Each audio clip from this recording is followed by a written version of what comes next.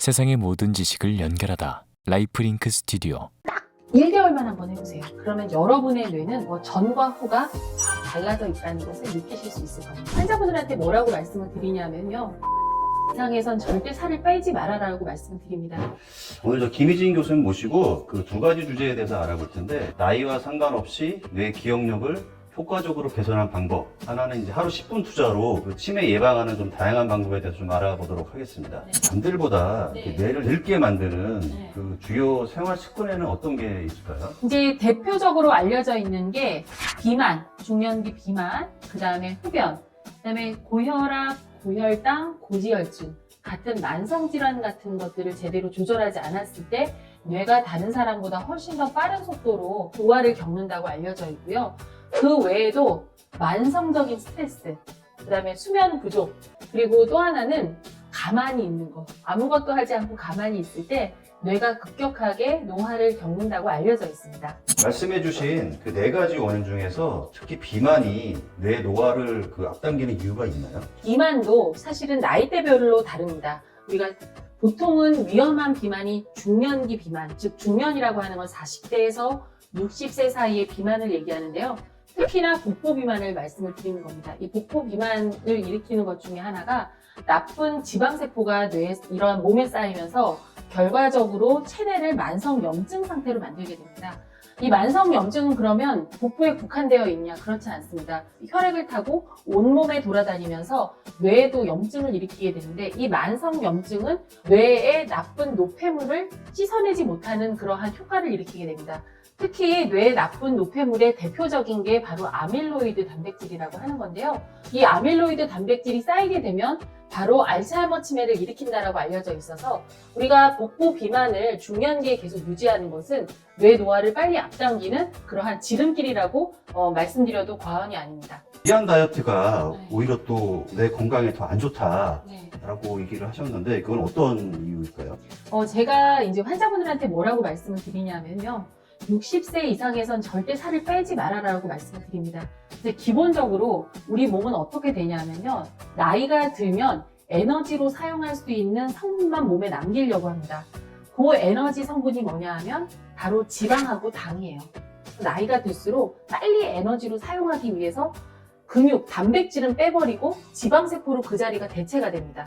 그런데 이 상태에서 우리가 급격한 다이어트를 하게 되면 나쁜 지방세포는 남아있고 몸에 있는 단백질은 빠져나가는 형태로 계속 악순환이 되는 겁니다. 근육을 형성하는 단백질 안에는요, 마이오카인이라는 그러한 구성 성분이 있는데, 이 마이오카인이 어떤 역할을 하냐면 뇌의 성장인자라고 하는 BDNF라는 그러한 뇌 보호 물질을 만들어줍니다. 그래서 사실은 근력이 어떻게 보면 우리 황금보다 중요합니다. 그런데 연세가 드시면 자연적으로 고효율인 지방세포를 계속 채우려고 하니까 우리가 거기에 급격한 다이어트까지 하게 되면 단백질이 소실이 되면서 근감소증을 일으키게 되고 그것이 또 치매를 일으킨다라고 알려져 있습니다. 세포를 네. 직접적으로 파괴하는 생활 습관이 있다고 하셨는데, 네. 어떤 걸까요? 그게? 가장 중요한 첫 번째 생활 습관, 나쁜 생활 습관은 바로 흡연입니다. 흡연은 뇌 건강에 굉장히 나쁩니다. 우리가 담배를 이렇게 딱 흡입하자마자 0.7초 만에 니코틴이 뇌로 갑니다. 이 뇌로 가면 어떻게 되냐면요. 뇌 안에 있는 쾌락 호르몬이 바로 도파민이라는 그런 성분이 있어요. 이 니코틴이 도파민을 엄청나게 많이 발생을 시킵니다. 그러면서 교감신경계를 건드려서 교감신경계가 굉장히 흥분을 하게 되니까 이 쾌락의 맛을 우리 인간이 잊지를 못하는 거예요. 그래서 담배를 끊지 못하게 되거든요. 하지만 이러한 쾌락도 결국은 과다하게 이 도파민이 분비를 하게 되면 신경세포의 회로가 타버리고 그러면 뇌세포가 더 빨리 이렇게 줄게 되고요. 그 다음에 담배 흡연 자체에 의해서 뇌혈류가 감소되고 뇌혈관의 구조적으로도 이러한 변화, 동맥경화라든지 이런 걸 일으키기 때문에 흡연은 절대로 하지 말아야 되는 나쁜 습관 중에 첫 번째 습관입니다. 뇌 건강을 위해서 이제 식습관도 굉장히 중요하다고 하셨는데, 적절 식습관이 있고 또 추천하시는 또 식습관이 있다고 말씀을 하셨거든요. 예, 일단은 제가 이 식습관에 대해서는 첫 번째로는 습관에 대해서 말씀을 드릴 거고, 두 번째로는 이제 먹지 말아야 될 음식에 대해서 말씀을 드릴게요. 고쳐야 되는 식습관은 바로 미규칙한 식습관입니다. 그러니까 예를 들어서 저는 아침형 인간이에요. 새벽 4시면 일어나가지고 새벽 5시, 6시 되면 아침 식사를 완료를 하거든요. 그게 평생 이어진 저의 생활 습관입니다. 물론 저녁형 인간도 있어요. 아침에 늦게 일어나고 나는 저녁 식사를 먹어야지 몸이 편해 이렇게 얘기하시는 분도 계시는데요. 우리 뇌와 신체는 규칙적인 시간에 음식이 들어와야 혈류와 영양세포를 모두 장으로 보내줘 라는 서로의 약속을 하게 됩니다. 뇌는 갑자기 오는 경우의 수를 굉장히 당황하게 생각을 해요. 그게 급성 스트레스 반응인데요. 급성 스트레스 반응이 반복이 되게 되면 뇌세포를 파괴한다고 되어 있습니다. 그래서 항상 규칙적인 식습관을 유지하시는 것을 권유를 드리고요. 두 번째로 말씀드리고 싶은 것은 바로 음식이 들어가는 시간과 음식이 들어가지 않는 시간을 적절하게 비율을 조정하라는 말씀을 드리고 싶습니다. 우리가 보통은 아마 이런 간헐적 단식이라는 말을 들어보셨을 거예요. 네. 그게 8시간 식사를 하고 그 다음에 16시간 금식을 하게 되는데요. 16시간 동안 우리 배를 비워놓게 되면 어떤 일이 몸 안에서 발생을 하냐면 체내에 있는 가장 칼로리가 높은 효율성 있는 지방세포를 분해를 하게 됩니다. 그러면서 케톤체라는 걸 형성을 하게 되는데 이 케톤체가 뇌신경세포를 굉장히 보호한다고 알려져 있어요. 그래서 우리가 규칙적인 생활습관, 그 다음에 8시간 섭식, 16시간 금식 이런 타임을 좀 지켜주셨으면 좋을 것 같고요. 세 번째 법칙은 잠들기 2시간 전까지 모두 먹는 것을 다 완료하라는 것입니다. 뇌를 하루 종일 썼으니까 거기에 엄청나게 많은 노폐물이 있을 텐데 그 노폐물을 몸 밖에 빠져나가는 기간이 바로 수면입니다. 근데 자기 바로 직전에 이렇게 식사를 하시게 되면 장으로 피가 몰리면서 한마디로 뇌로 가는 피의 분율이 줄어들게 되면서 깊은 수면을 방해하거든요. 2시간 전에는 반드시 모든 식사를 끝내셔야 합니다. 두 번째로는 음식 자체에 대해서 말씀드리고 싶은데요. 쓰리백을 피하라는 말씀을 드리고 싶어요. 소금, 설탕, 나쁜 지방 이렇게 세 가지를 말씀을 드리는데요. 물론 소금과 설탕은 적절한 양은 우리한테 필요합니다. 그런데 우리 음식 자체가 기본적으로 간이 들어가 있고 염분 섭취 농도가 WHO의 권장량보다는 4배에서 5배 이상 높다고 알려져 있어요. 그래서 우리가 식사를 할 때 약간 저염식이를 하시는 게 좋고요. 그렇다고 해서 난 소금을 하나도 안 넣을래. 그렇게 되면 몸 안에 나트륨이라는 전해질이 떨어지면서 신경 전달 물질에 영향을 줍니다. 그러니까 적절한 염분 섭취 꼭 확인하시고요. 두 번째로는 당을 섭취할 때 우리가 단순당, 설탕을 드시면 안 돼요. 이러한 단순당은 기본적으로 갑자기 들어오자마자 몸 안에 있는 당 성분을 확 올립니다. 그렇게 되면 세포가 글라이케이션이라는 게 일어나게 돼요. 막이 이루어지면 몸 밖에 노폐물이 또 빠져나가지 않으면서 노화를 일으키는 만성 염증의 원인이 될 수 있습니다. 그래서 당분 섭취도 우리가 단순당은 될 수 있으면 뭐 과당 이런 거 있잖아요. 그런 걸 피하고 올리고당 위주로 식사를 하시면 좋습니다. 그 다음에 세 번째로는 이제 나쁜 지질에 대한 얘기인데요. 지방은 포화지방산하고 불포화지방산으로 나누게 됩니다. 트랜스 지방이라는 거 들어보셨을 거예요. 우리가 흔하게 먹는 빵이나 아니면 과자에 들어있는 그러한 흔한 성분인데 이 트랜스 지방이 되게 높아지게 되면 이게 잘 분해가 되지 않습니다. 포화지방. 그러면 어떻게 되느냐? 먹는 것들이 분해되지 않고 몸 밖에 빠져나가지 않고 혈관벽에 쌓이는 거예요. 그게 바로 동맥경화라는 겁니다. 포화지방산을 많이 섭취를 하게 되면 총콜레스테롤, LDL 콜레스테롤, 중성지방이라는 나쁜 지질이 올라가게 되고 뇌를 보호하고자 하는 HDL 콜레스테롤은 낮아지게 됩니다. 마지막으로 여기 추천하신 식습관 중에서 이제 한국식 지중해 식단 잠깐 얘기해 줄 수 있을까요? 기본적으로 한국식 지중해 식단을 강남 세브란스 영양팀에서 개발을 했거든요.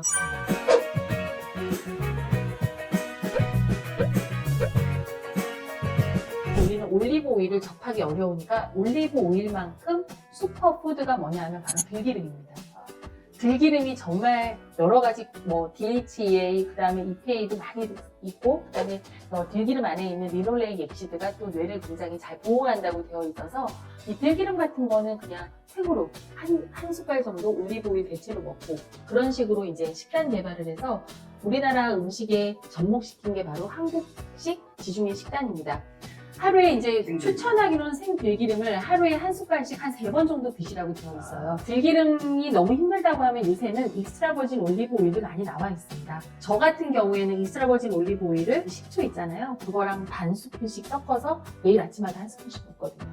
지금 말씀드리는 거는 당뇨나 이러한 신부전증, 즉 콩팥이 나쁜 분들을 제외하고 말씀을 드린다는 것을 다시 한번 주의하셨으면 좋겠어요. 저희가 이걸 생활 속에서 뇌가 노화하고 있다는 증거나 좀 자가진단법 이런 게 좀 있을까요? 자가진단법을 네 가지를 좀 말씀을 드릴게요. 첫 번째로는 잘 쓰는 단어가 갑자기 떠오르지 않는다.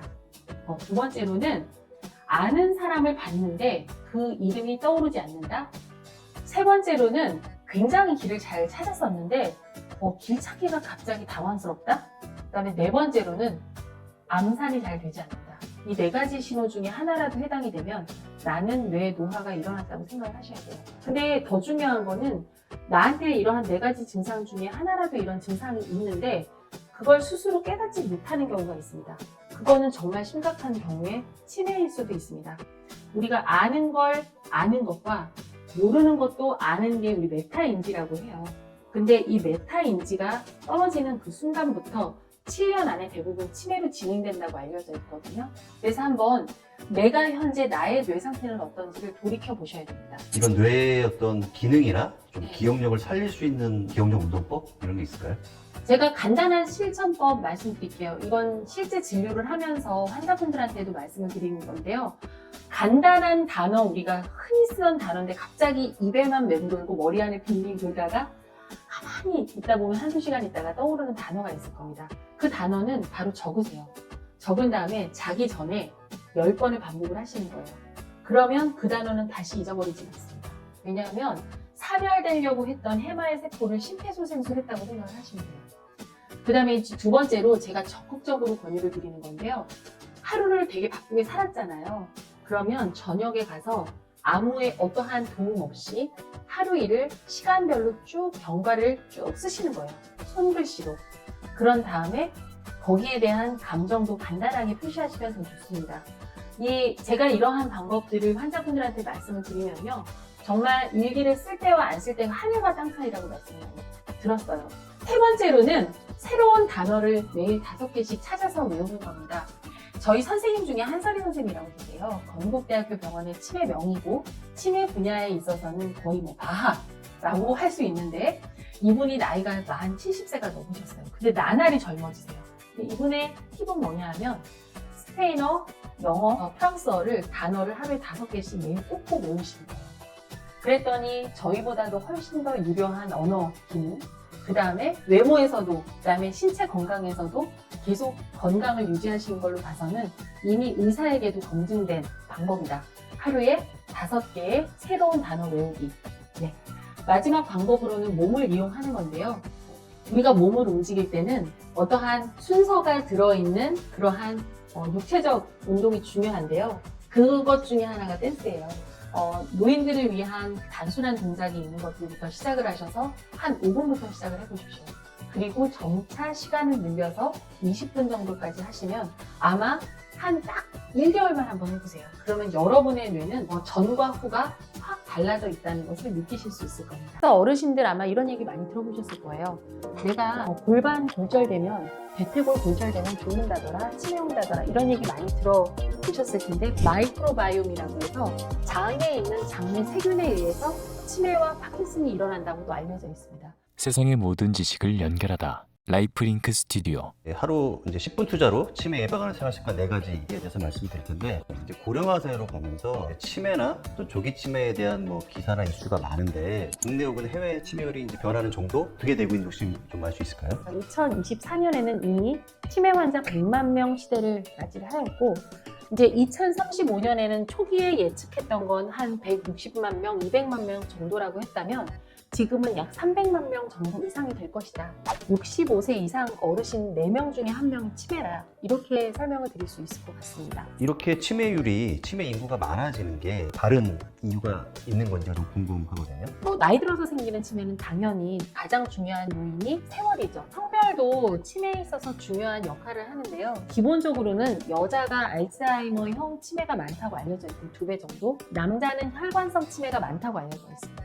그리고 부모님 중에 한 분이 치매가 있으면 내가 치매가 걸릴 확률은 한 2배에서 4배. 부모님이 다 치매가 있었다고 하면 8배에서 20배까지도 보고를 하고 있습니다. 또 하나는 초록이 치매라고 해서 60세 미만에서 치매가 발병하는 30, 40대도 많으세요. 초록이 치매는 10년마다 거의 2배 이상 발병률이 높아지고 있어요. 단순한 유전자적 원인뿐만 아니라 생활 습관이라든지 스트레스 이런 것도 치매를 일으키는 원인 중에 하나라고 알려져 있고요. 사회가 복잡하고 내가 제대로 나를 관리하지 못했을 때 치매가 더 발생한다고 알려져 있습니다. 일반인 분들이 건망증이 좀 심해지면 그게 치매가 된다라고 약간 잘못 알고 있거나 속설로 믿고 계신 분들도 있는데, 내가 핸드폰을 들고 핸드폰을 찾고 이런 것도 어떤 그 치매와 연관성이 있을까요? 건망증이 모두 치매로 간다라는 틀렸습니다. 하지만 건망증의 빈도가 심해지거나 강도가 심해지면 치매로 전환될 수 있다는 건 알고 계셔야 돼요.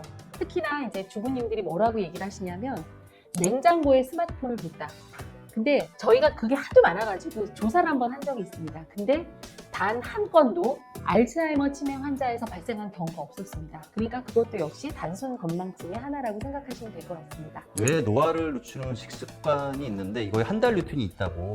이제 식습관도 좋은 식습관을 제가 말씀을 드리는데 1주차에는 하루에 1.5리터 물을 마시고 녹황색 채소를 먹기입니다. 뭐 상추, 브로콜리, 당근이라든지 이런 것들이 다 녹황색 채소의 종류고요. 특히나 이 녹황색 채소에는 우리 몸에 필요한 충분한 비타민 C, 그다음에 B 이런 것들이 많이 들어있고요. 특히 색깔에 색소에 좋은 성분들이 많이 들어있는데 붉은색에는 라이코펜, 엽산 같은 게 들어있으면서 그러한 라이코펜이나 엽산 같은 물질들은 뇌세포 신경 구성 성분이기도 하고 신경을 보호해주는 중요한 그런 비타민이라고 알려져 있습니다. 그래서 이러한 녹황색 채소를 충분하게 드시면 좋은데요. 조심하셔야 될 게 콩팥이 안 좋은 분들은 칼륨이나 비타민 K를 너무 과다하게 드시면 콩팥 세포를 더 악화시킨다고 되어 있으니까 본인의 건강 상태에 맞게 선택해서 드시면 좋을 것 같습니다. 2주차는 흰 쌀밥을 통 국물로 바꾸는 것입니다. 흰 쌀밥에는 단순당이 많이 들어있으며 탄수화물이.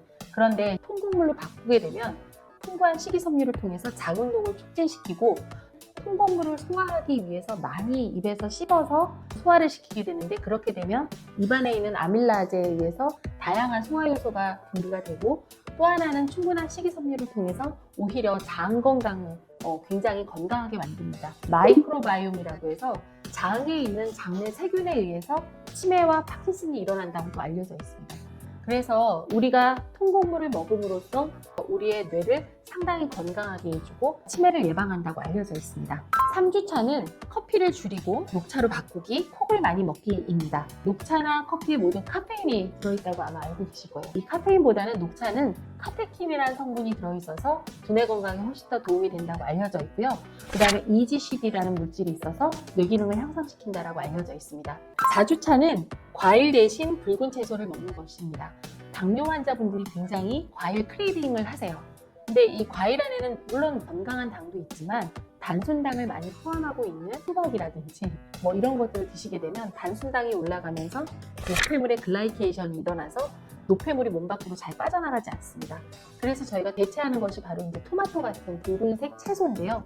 그 토마토 안에는 라이코펜이라는 성분이 들어있어서 세포막도 강하게 만들고 활성산소를 잡아준다고 알려져 있어서 이렇게 대체해서 우리가 좋은 건강한 과일로 또는 채소로 바꾸어서 드시는 게 우리의 건강한 식습관 루틴입니다. 추천하는 운동법이 혹시 있을까요? 첫 번째로는 균형 잡혀서 일자로 모델처럼 걷는 거, 그런 걸 한번 연습을 해보시는 것도 굉장히 도움이 되고요. 두 번째로는 운동 파트너가 있다고 하면 친구한테 공 주고 받기, 이렇게 공놀이를 주고받고 하는 과정을 통해서 우리가 순발력도 키울 수 있고, 그 다음에 상완, 위에 있는 팔을 이용하는 충분한 운동법이 될 수 있습니다. 세 번째로는 짐볼 위에서 어떠한 어시스트 없이 균형 잡는 거, 그런 것도 우리가 낙상 방지에 굉장히 좋은 운동법이라고 알려져 있고요. 마지막으로 이러한 운동보다 가장 좋은 것은 하루에 1시간 45분에서 60분 정도 한 10시에서 12시 사이 햇빛을 받으면서 일주일에 5일 이상 걷는 것입니다. 이 두개골 바로 밑에 굉장히 물컹물컹한 연두부 같은 뇌가 존재를 하고 있습니다. 충격을 흡수하기 위해서 이 뇌를 둘러싸고 있는 물이 하루에도 500에서 1리터 정도 만들어집니다. 그 이름을 뇌척수액이라고 하는데요. 뇌척수액이 1리터 정도 만들어지니까 큰 순환을 통해서 하루에 3번의 순환을 통해서 몸 밖으로 빠져나갑니다. 그러면서 뇌 구조가 적절하게 유지가 되는데 낙상을 해서 못 걷게 되거나 골절 폐렴 때문에 누워있게 되게 되면 어떤 일이 발생을 하냐면 물이 1리터 정도 만들어지는데 몸 밖으로 나가지가 않는 거예요. 오히려 뇌를 보호하기 위한 물이 과다하게 쌓이면서 물의 압력에 의해서 정상적인 뇌세포가 파괴가 돼서 치매나 파킨슨을 일으키게 됩니다. 그래서 어르신들 아마 이런 얘기 많이 들어보셨을 거예요.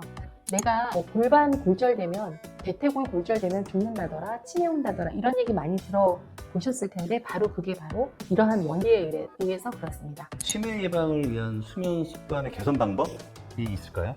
수면은 크게 꿈을 꾸는 렘 수면과 꿈을 꾸지 않은 비렘 수면이 있습니다.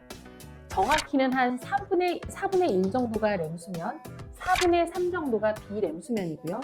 비렘 수면은 다시 1, 2, 3, 4단계로 나눠서 4단계의 깊은 수면이 오래 지속이 돼서 최소 25% 이상이 돼야 뇌의 노폐물을 밖으로 빼낸다고 알려져 있으니까 우리가 충분한 수면 시간 확보도 중요하지만 좋은 양질의 잠을 자는 것도 굉장히 중요하다고 할 수 있습니다. 우리가 바이오리듬이 깨져서 자는 시간을 놓쳤다거나 아니면 멜라토닌이 분비되는 시간에 굉장히 흥분하는 활동을 했다고 하면 뇌에 있는 노폐물은 자꾸 쌓이게 되고 그러면서 우리가 암도 걸리게 되고 그 다음에 뇌에 염증도 발생을 하면서 노화도 빨라지게 되고 그리고 뭐 알츠하이머 치매나 파킨슨병 그 다음에 뇌졸중 같은 병도 생긴다고 알려져 있습니다.